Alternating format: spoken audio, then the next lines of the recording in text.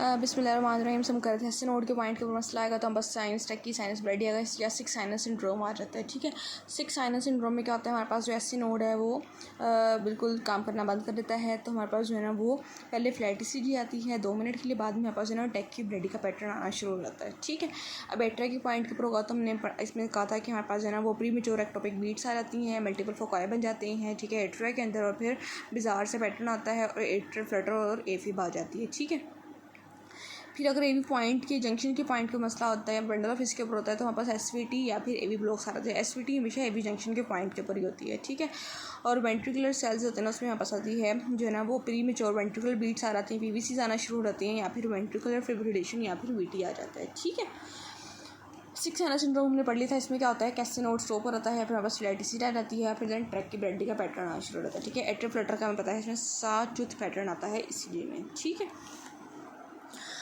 अब हमारे पास sinus bradycardia में हमारे पास जो है वो हार्ट बीट लेस देन 60 होती है। It is called six sinus because जो रिदम है एपी वेव जो है वो आती है विद हर क्यूरस कॉम्प्लेक्स के साथ। ठीक है, common in healthy people and usually found in athletes में जो लोग एक्सरसाइज करते हैं ज़्यादा, या एथलीट्स में, क्रिकेटर वगैरह में, फुटबॉलर्स में क्या होता है, साइनस ब्रेडी होता है। दूसरे कॉज में अगर किसी को MI हुआ है, in most commonly inferior wall MI। ठीक है, और जिसमें हमारे पास जो है ना वो राइट कोरोनरी आर्टरी का मसला होता है। ठीक है, तो इन सब में क्या होता है, साइनस ब्रेडी होता है विच इज़ नॉर्मल। ठीक है, सिक्स साइनस डिजीज़ में हमारे पास जो है ना वो या फिर हाइपोथर्मिया में, या फिर हाइपोथायरॉयडिज्म में, या फिर हाइपोक्सिया में, या हम कुछ ऐसे ड्रग्स ले रहे हों, या फिर हमारे पास जो है ना वो रेज इंट्राक्रेनियल प्रेशर होती है, इन सब में भी हमारे पास जो है वो हार्ट रेट कम होता है। अगर किसी का इंट्राक्रेनियल प्रेशर ज़्यादा है तब भी हार्ट रेट कम होगा। कोई ड्रग्स ले रहा है, ऑक्सीजन कम होगी बॉडी में, हार्ट जो है जो दिमाग है उसमें इंट्राक्रेनियल प्रेशर ज़्यादा हो गया, ब्रेन में हाइपोक्सिया में ऑक्सीजन कम है,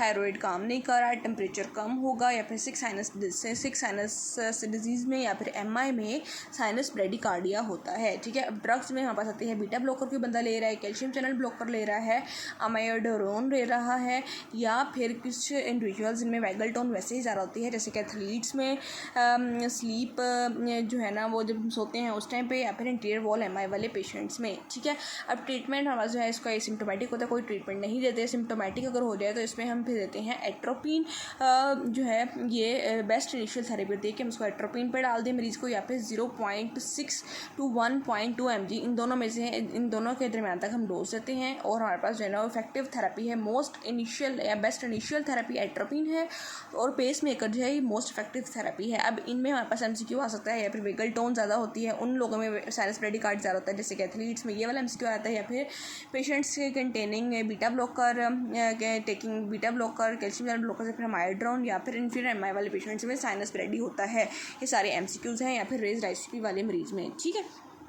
साइनस टैकी के जो MCQs आ सकते हैं वो ये आ सकता है कि हार्ट रेट मोर देन 100 होता है, caused by the increased sympathetic tone, जैसे कि एक्सरसाइज, ड्यूरिंग एक्सरसाइज जो है हमारे पास साइनस टैकीकार्डिया होता है।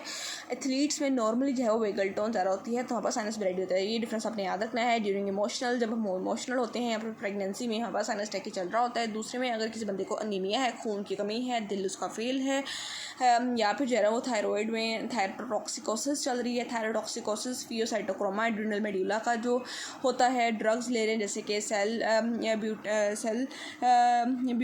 ब्यूटामोल, ठीक है, टरब्यूटालीन जो कि बीटा एगोनिस्ट हैं, बीटा ब्लॉकर्स हम इसमें ले रहे थे, तो हमारे पास जो है ना वो बीटा ब्लॉकर्स लेते हैं, तो हमारे पास साइनस ब्रेडिकार्डिया होता है। और अगर हम बीटा एगोनिस्ट लेते हैं जो कि बीटा एड्रेनर्जिक रिसेप्टर के थ्रू, सिंपैथेटिक के थ्रू एक्ट करता है, तो सेल ब्यूटामोल या फिर टरब्यूटालीन जब हम लेते हैं, इनमें हमारे पास क्या होता है कि साइनस ब्रेडिकार्डिया चल रहा होता है। ट्रीटमेंट में हमने ट्रीट करना होता है अंडरलाइंग डिजीज़ को, इनमें से किसी भी डिजीज़ को ट्रीट करना होता है। ठीक है, तो हमारे पास जो है साइनस ब्रेडिकार्डिया ठीक हो जाता है। ठीक है, टरब्यूटालीन या फिर सल्ब्यूटामोल जो कि ले रहे थे बीटा एगोनिस्ट, उनको हमने रोकना होता है। ठीक है, या फिर थायरोटॉक्सिकोसिस को हमने ट्रीट करना होता है। ठीक है, एंजाइटी और फीवर में भी हमेशा हमारे पास जो है वो साइनस ब्रेडिकार्डिया होता है।